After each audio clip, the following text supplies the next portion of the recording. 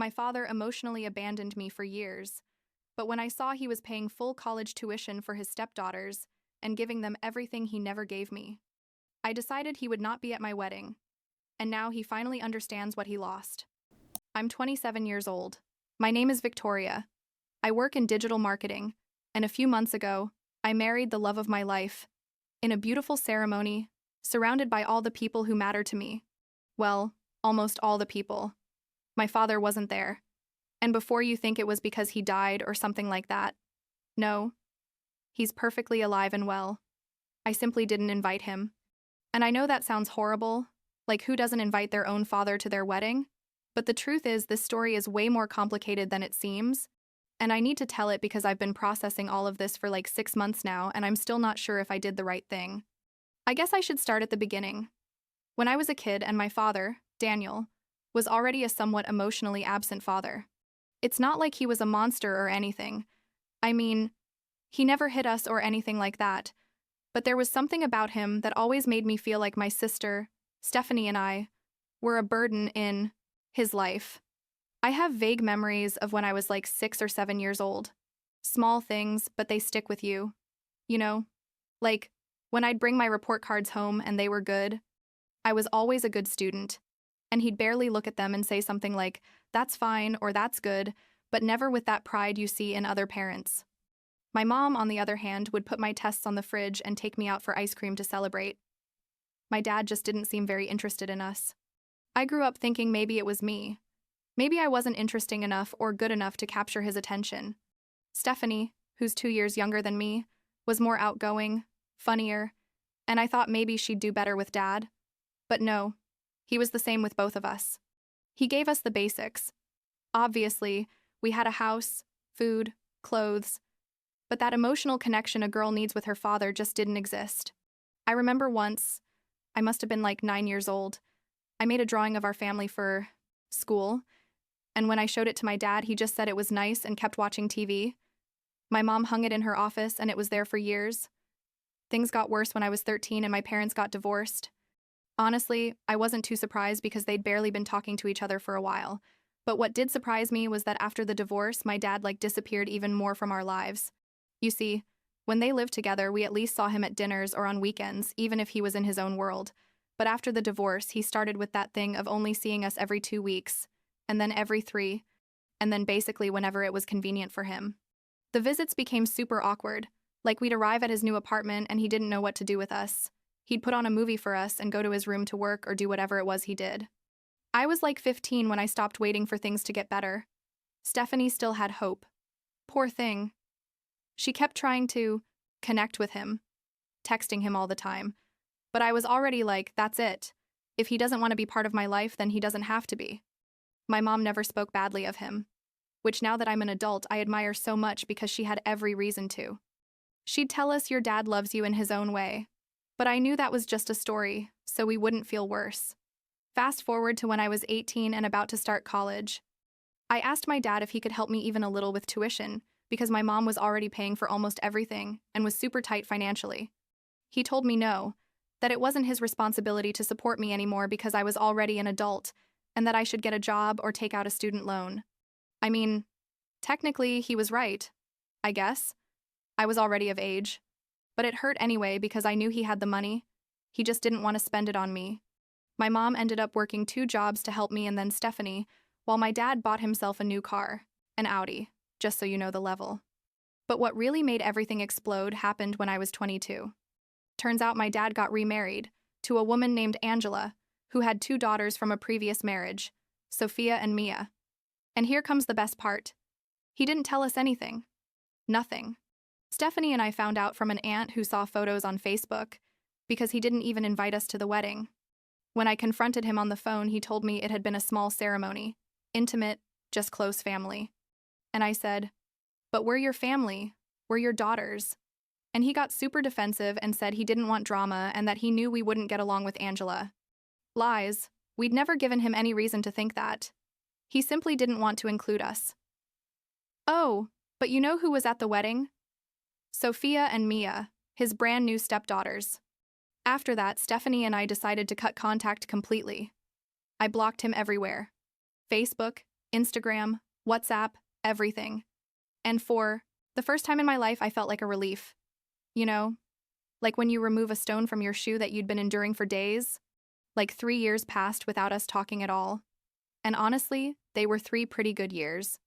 I met Matthew, my now husband, finished my degree, got a good job, and just lived my life without that constant weight of feeling like I wasn't enough for my own father.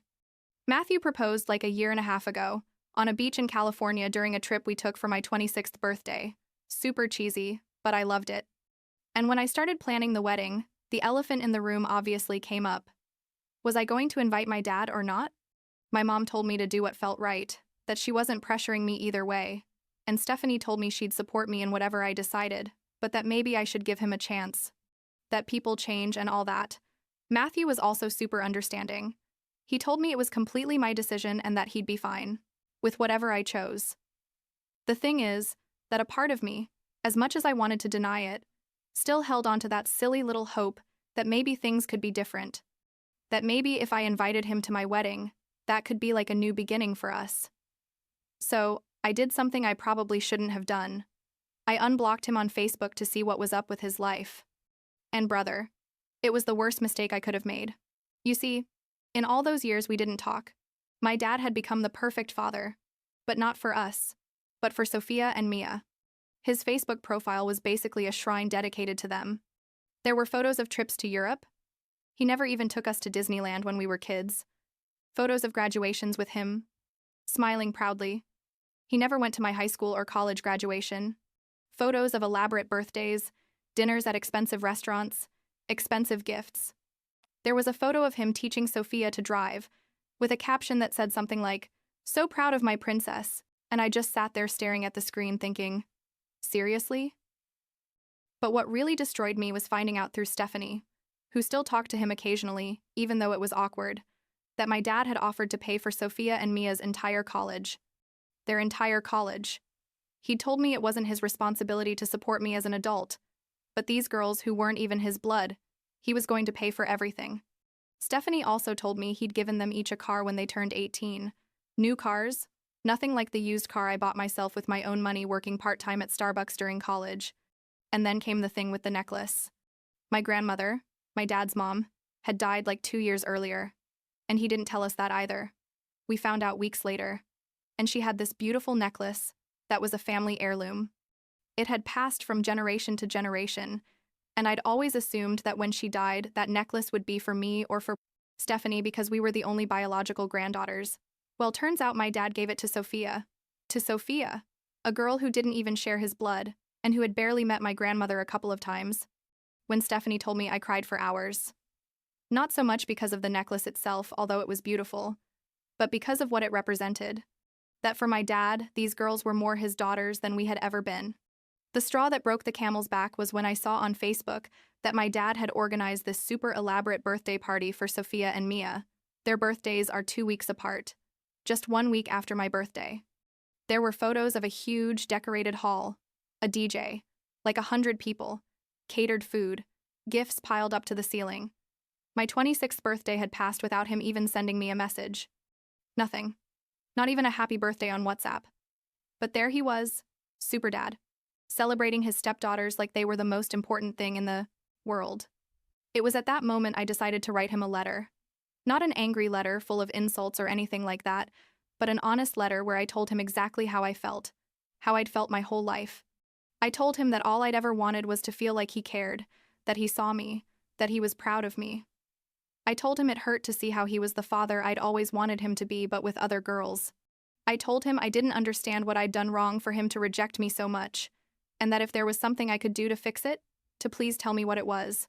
I ended the letter saying I was getting married and I'd love for him to be there, but that I needed to know he really wanted to be present in my life and not just show up for photos.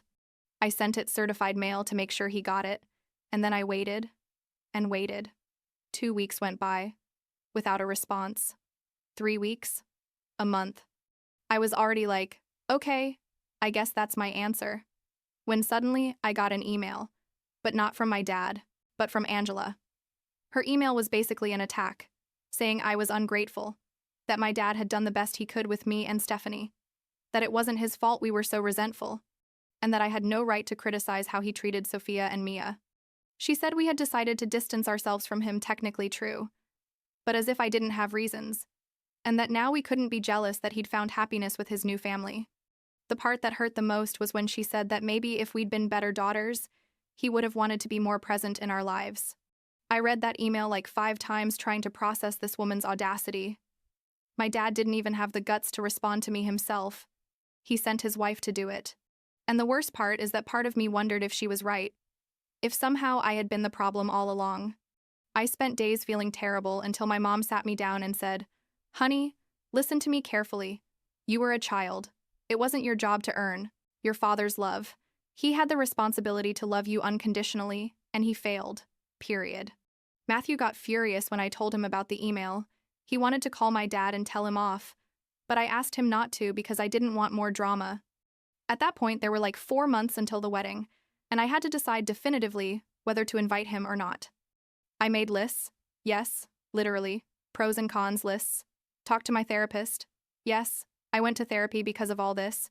Talked to Stephanie 1,000 times. And every time I thought about inviting him, I'd imagine my wedding day and how I'd feel seeing him there. Probably uncomfortable. Probably wanting to leave early. And I just couldn't. I couldn't give him that place on one of the most important days of my life, when he'd never been present on any other important day. Like 2 months before the wedding, Stephanie called me and told me Dad had asked about the wedding, if he was going to receive an invitation. She'd told him she didn't know, that it was my decision, and he'd said something like it would be nice to be there. It would be nice. Not, "I'm sorry for how I treated you." Not, "I regret not being a better father." Not, "I'd love to be there to support you on your special day." Just, "It would be nice." Like it was a casual barbecue and not his eldest daughter's wedding. I made my decision that same night. I told Stephanie no, that I wasn't going to invite him, and I felt like a huge weight lifted off my shoulders. Matthew hugged me and told me he was proud of me for setting boundaries. My mom told me she loved me, and that she'd walk me down the aisle with all the pride in the world. And that's exactly what happened. My wedding was in September, in a beautiful garden on the outskirts of the city, with like 120 guests between family and friends. There were flowers everywhere, peonies my favorites. The food was incredible, the weather perfect, and when it came time to walk down the grading and off aisle, my mom took my arm and we did it together. I'm not going to lie. I cried the entire walk, but they were good tears, you know, of happiness and gratitude. Matthew was waiting for me at the end of the aisle with that huge smile he gets when he's super excited, and everything was perfect, absolutely perfect. And not once during that day did I regret not inviting my dad. Well, maybe once, for a second. During the waltz, when I saw Matthew dancing with his mom and I wondered what it would have felt like to dance with my dad. But then my mom took me out to dance and that thought went away. Stephanie was there all day, being the best sister in the world, helping me with the dress, touching up my makeup when I cried, taking photos with her phone to capture moments the professional photographer didn't catch. It was the best day of my life. Seriously. What I didn't know was that my dad called Stephanie that same day, like at 3 in the afternoon. The wedding had been at 5, asking how everything was going. She told him, well, that everything was turning out beautiful. And he said something that she told me later. He said he was proud of me, that he knew I looked beautiful, even though there was no way he could know, because he hadn't seen photos or anything, and that he hoped I'd be very happy. Stephanie told me this like a week after the honeymoon, and honestly, I don't know how to feel about it. Like, he's proud, but not proud enough to have tried to fix things before, to have responded to my letter himself, to have been a real father at some point in my life. Now it's been a few months since the wedding. I'm living with Matthew in our new apartment, working, building our life together, and I thought I'd already closed the chapter on my dad. But like 3 weeks ago, my aunt, my dad's sister, called to tell me he has health problems. Nothing super serious, but something with his heart that requires treatment, and that maybe I should call him. I felt that knot in my stomach that I always feel when someone mentions my dad, and I told her I'd think about it. I haven't called him. I don't know if I'm going to call him. Stephanie did send him a message, and he responded that he was fine. Thanks for being concerned. The truth is, I've been reflecting a lot about all this, about forgiveness and closure and all those things people say you need to move forward. And I think what I finally understood is that I can't wait for my dad to give me the closure I need, to give me the apology he owes me, to acknowledge all the damage he caused. That maybe will never happen. And if I keep waiting, I'm going to be waiting my whole life. The closure has to come from me.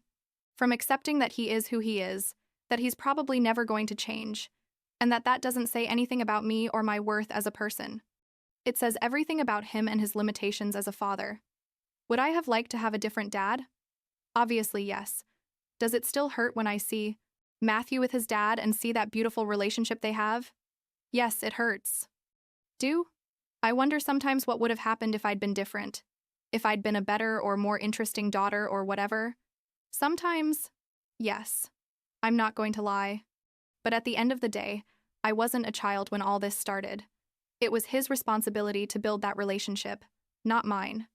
And if now that I'm an adult I decide I don't want to force something that never existed, that's valid. That's okay. My mom told me something recently that stuck with me. She told me that sometimes the greatest act of self-love is accepting that not all relationships can be saved, and that you're not a bad person for protecting your peace. And that's what I'm doing. Protecting my peace. Matthew is my family now. My mom and Stephanie are my family. My friends are my family. And that family I chose, that chose me back, that's more than enough. I don't know if someday my dad will realize what he lost. The two incredible daughters he has that he never really knew. Maybe with the health problems he'll start reflecting on his life and his decisions. Or maybe not. The thing is, it's not my problem anymore. I did what I had to do. I tried to build bridges. I gave him opportunities. I wrote him that letter laying my heart on a silver platter, and he decided not to take it. That was his choice, not mine. Sometimes someone asks me if I have a dad, in casual conversations with new people, and the answer is complicated. Technically, yes. He's alive somewhere, living his life with his perfect family. But in all the ways that matter? No, I don't have a dad. And I've made peace with that. Or at least most days I've made peace with that. There are still difficult days. I'm not going to lie, but they're fewer and fewer. Last week, Matthew and I were watching a movie and there was a scene of a proud dad at his daughter's wedding, and I tensed up waiting to feel that pang of pain. But nothing happened. I thought, huh? That's nice for her. And we kept watching the movie. And that gave me hope. Like maybe I am healing. Maybe I am going to be okay. And I think I will be. I have an incredible husband who loves me, a family that supports me, and a life I'm building on my own terms. And in the end, that's what matters, right?